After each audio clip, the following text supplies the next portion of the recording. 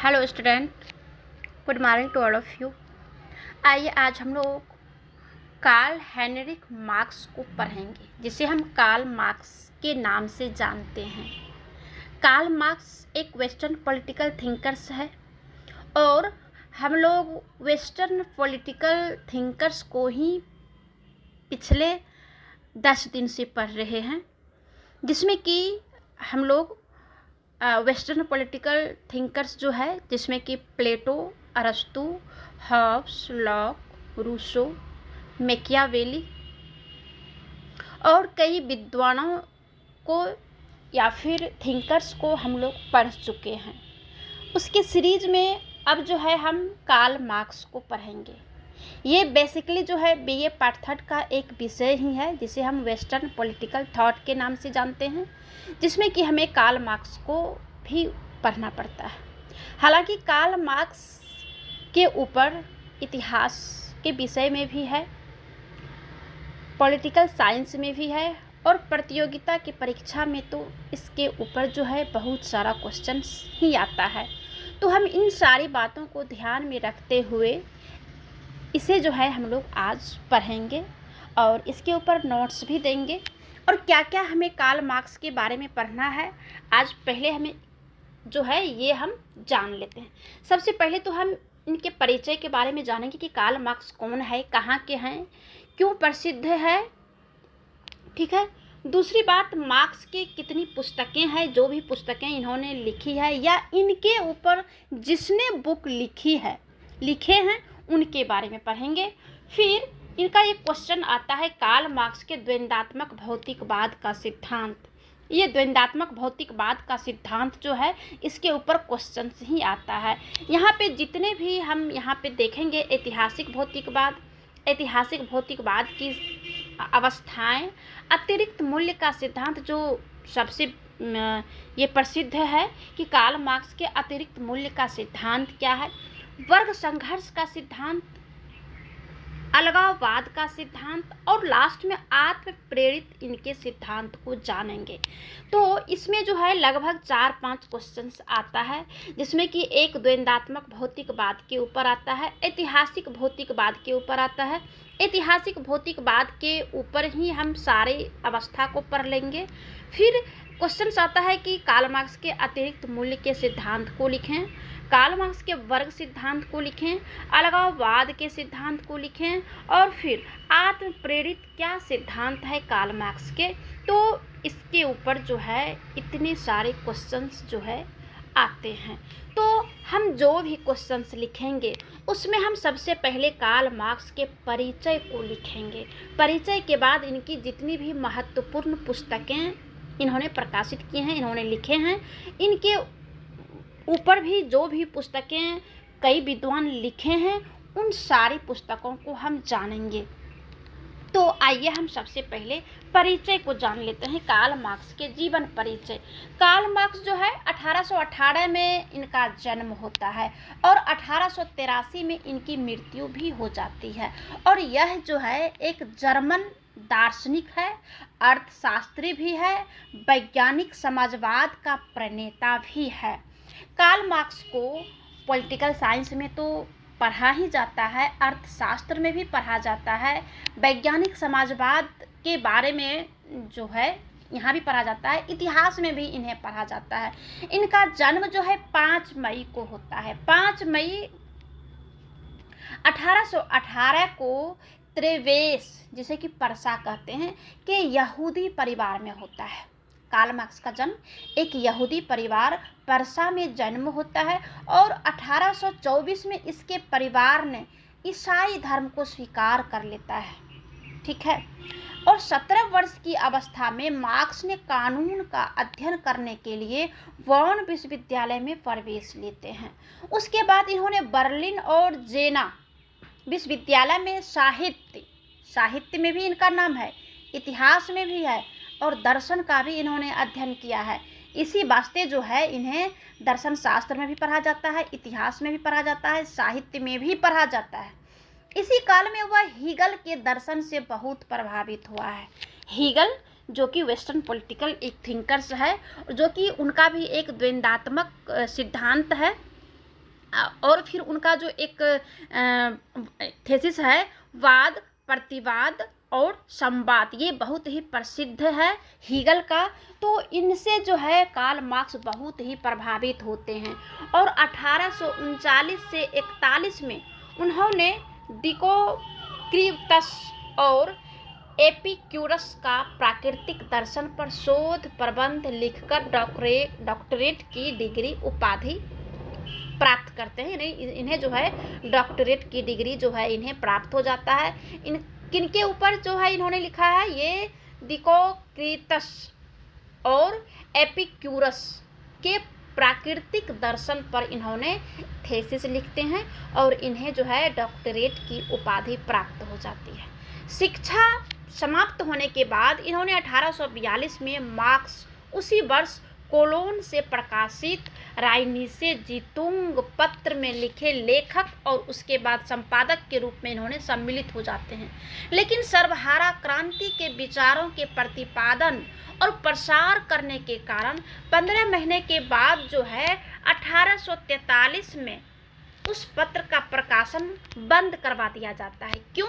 क्योंकि इन्होंने सर्वहारा क्रांति के विचार को उसमें जो है उसमें प्रकाशित करने लग जाते हैं। सर्वहारा वर्ग का सिद्धांत ये कार्ल मार्क्स का ही देन है। सर्वहारा यानी कि सभी का जो है, सभी लोगों के लिए, किसान हो, मजदूर हो, छोटे वर्ग हो, सारे लोगों के लिए इन्होंने जो है अधिकार की मांग करते हैं, बराबरी की मांग करते हैं। उसके बाद इसका जो ये पत्रिका जो छपता है 1843 में इसे बंद कर देता है और मार्क्स पेरिस चले जाते हैं। उसके बाद मार्क्स पेरिस चले जाते हैं।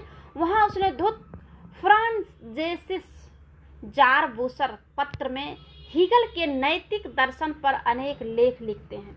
हीगल थोड़ा सा नैतिकता के और जो है उनका विचार ज़्यादा झुका हुआ था, वो भगवान में विश्वास करते थे, ठीक है।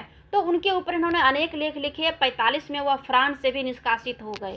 इसलिए हो गए जो हीगल का जो विचार था उनके ऊपर भी इन्होंने प्रहार करने लग जाते हैं। इसी वास्ते क्या करते हैं, वहाँ के लोग भी इन्हें निकाल देते हैं। और वही उसने जर्मनी के मजदूर संगठन और कम्युनिस्ट लीग के निर्माण में सक्रिय योग देते हैं। कहाँ चले जाते हैं? जर्मनी में जो मजदूर का संगठन हो रहा होता है, कम्युनिस्ट लीग का निर्माण हो रहा होता है, उसी में वो सक्रिय हो जाते हैं। 1847 में एंजल्स के साथ अंतर्राष्ट्रीय समाजवाद का प्रथम घोषणा पत्र यानी जिसे कि कम्युनिस्ट मैनिफेस्टो इन्होंने जो है प्रकाशित करते हैं। किसके साथ? इनका जो ये बुक है, सारे प्रतियोगिता परीक्षा में अगर ये मार्क्स के ऊपर किसी भी बुक का अगर नाम आएगा तो कम्युनिस्ट मैनिफेस्टो आएगा। ये कम्युनिस्ट मैनिफेस्टो जो कि एंजल्स के साथ इन्होंने मिल करके लिखते हैं, अकेले नहीं लिखते हैं। 1848 में मार्क्स ने फिर जो है कोलोन में नैवे राइनीसे जीतुंग का संपादन फिर से प्रारंभ कर देते हैं और उसके माध्यम से जर्मनी को समाजवादी क्रांति का संदेश देना आरंभ करते हैं। 1849 में इसी अपराध में वह परसा से भी निष्कासित हो जाते हैं।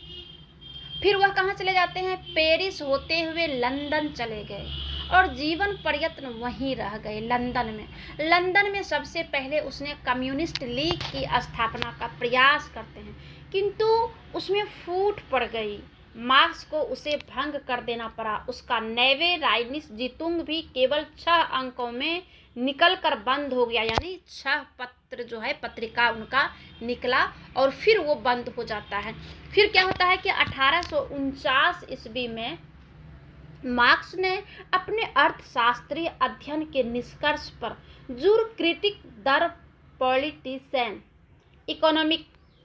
इकोनॉमी नामक पुस्तक में प्रकाशित करते हैं। यह पुस्तक मार्क्स की उस बृहत्तर योजना का एक भाग था जो उसने संपूर्ण राजनीतिक अर्थशास्त्र पर लिखने के लिए बनाई गई थी, किंतु कुछ ही दिनों में उसे लगा कि उपलब्ध सामग्री उसकी योजना में पूर्ण रूपेण सहायक नहीं हो सकते हैं। फिर उसने अपनी योजना में परिवर्तन करके नए सिरे से लिखना स्टार्ट करते हैं और उसका प्रथम भाग दास कैपिटल प्रकाशित होता है। दास कैपिटल हिंदी है पूंजी, शीर्षक में प्रगति प्रकाशन मास्को में जो है 4 भाग में ये प्रकाशित करते हैं और इसका नाम जो है उसमें जो रहता है दास द कैपिटल के शेष भाग मार्क्स की मृत्यु के बाद एंजल्स ने संपादित करके प्रकाशित करते हैं। फिर वर्ग संघर्ष का सिद्धांत मार्क्स के वैज्ञानिक समाजवाद का मेरुदंड है। वर्ग संघर्ष का सिद्धांत, वर्ग संघर्ष के सिद्धांत के बारे में नीचे हम डिटेल से पढ़ेंगे, ठीक है। इसका विस्तार करते हुए इतिहास की भौतिकवादी व्याख्या के बारे में भी पूरा डिटेल से जानेंगे मार्क्स के बारे में। और बेसी मूल्य सरप्लस वैल्यू यानी अतिरिक्त मूल्य, बेस मूल्य सिद्धांत की भी स्थापना करते हैं। मार्क्स के सारे आर्थिक राजनीतिक निष्कर्ष इन्हीं स्थापनाओं पर आधारित है। सरप्लस वैल्यू और इतिहास का भौतिकवादी सिद्धांत, ठीक है। मार्क्स जो है 1864 में लंदन में अंतर्राष्ट्रीय मजदूर संघ की स्थापना में महत्वपूर्ण भूमिका निभाते हैं। कब? 1864 में लंदन में अंतर्राष्ट्रीय मजदूर संघ की सभी घोषणाएं जो है और इसका जो कार्यक्रम है मार्क्स द्वारा ही तैयार किया जाता है। कोई 1 वर्ष तक संघ का कार्य सुचारू रूप से चलता रहा, लेकिन बाकुनिन की अराजकतावादी आंदोलन, फ्रांसीसी जर्मन युद्ध और पेरिस कम्यूनों के चलते अंतर्राष्ट्रीय मजदूर संघ भी भंग हो जाता है। किंतु उसकी प्रवृत्ति और चेतना अनेक देशों में समाजवादी और श्रमिक पार्टियों के अस्तित्व के कारण कायम रह जाती है, जो कि आज तक जो है मजदूर संघ, कृषि संघ, कृषक संघ, ये सब जो है आज तक कायम है। अंतर्राष्ट्रीय मजदूर संघ भंग हो जाने पर मार्क्स ने पुनः लेखनी उठाई। कभी वो थके नहीं, कभी न थके न बैठे, उनका कलम जो है सब दिन चलते रहा, जिसकी वजह से मार्क्स असफल जीवन होते हुए भी इतिहास के पन्नों में आज उनका नाम दर्ज है और 3-4 विषयों में इनका जो है एक सिलेबस के रूप में जो है इनका नाम जो है दर्ज हो जाता है। निरंतर इनका अस्वस्थता के कारण उसके शोध कार्य में अनेक बाधाएं भी आती है और 14 मार्च 1833 को मार्क्स के तूफानी जीवन की कहानी समाप्त हो जाती है। मार्क्स का प्रायः सारा जीवन भयानक आर्थिक संकटों के बीच व्यतीत हुआ। उसकी 6 संतानों में 3 कन्याएं ही जीवित रही। ये रहा मार्क्स की जीवनी। अब जो है मार्क्स की पुस्तकें के बारे में जानेंगे। सबसे पहले तो दास कैपिटल है, जिसका कि 3 भाग है, ठीक है। तीसरा भाग में मार्क्स की मृत्यु हो जाती है, जो कि एंजल्स ने जो है प्रकाशित करते हैं। दूसरा बुक है philosophical manifesto, school of law. तीसरा है critique of Hegel, philosophy of right. इसी में मुख्यतः वह कहते हैं कि मनुष्य ने ईश्वर को बनाया है, ईश्वर ने मनुष्य को नहीं बनाया है, ठीक है। यहाँ पे मिस्टेक है, बनाया है। इनका कहना है कि मनुष्य ने ही ईश्वर को बनाया है, ईश्वर ने मनुष्य को नहीं बनाया है। चौथा है इकोनॉमिक एंड फिलोसफिकल मैन्युस्क्रिप्ट। इसमें लिखे गए विचारों को तरुण मार्क्स, युवा मार्क्स की संज्ञा दी जाती है। इसी में वे एकांकीपन के सिद्धांत को प्रस्तुत करते हैं। अगला जो आता है इनका बुक ऑन ज्यूविश क्वेश्चन, इसमें संपत्ति की आलोचना करते हैं और आर्थिक अधिकारों की बात करते हैं, ठीक है। इनका जो अगला बुक है नोट्स ऑन जे.एस. मिल, ये जे.एस. मिल के ऊपर भी नोट्स लिखते हैं। थीसिस ऑफ फाइवॉक, द एनरिक of Louis Bonaparte, Napoleon Bonaparte, ठीक है। A contribution to the critics of political economic भी इन्हीं की बुक है। US सिविल वार भी इन्हीं की बुक है। थ्योरी ऑफ सरप्लस वैल्यू, जो पीछे हमने बताया है, थ्योरी ऑफ सरप्लस वैल्यू, अतिरिक्त मूल्य का सिद्धांत भी इन्हीं का देन है। क्रिटिक ऑफ ग्रोथा प्रोग्राम भी इन्हीं का देन है। इस पुस्तक में वह अंतर्राष्ट्रीय मजदूर संघ की बात करता है। उसने ऐसा अंतर्राष्ट्रीय संगठन 1864 में बनाया था, द एनरिक ऑफ लुइस बोनापार्ट, जिसे नेपोलियन के नाम से भी जानते हैं, वह राज्य की आलोचना करता है। वहाँ थेसिस ऑफ फायरवॉक में भौतिकवाद का सामान्य विश्लेषण करता है। वहीं पर पावर ऑफ फिलोसफी में मार्क्स इसका व्यापक विश्लेषण करते हैं।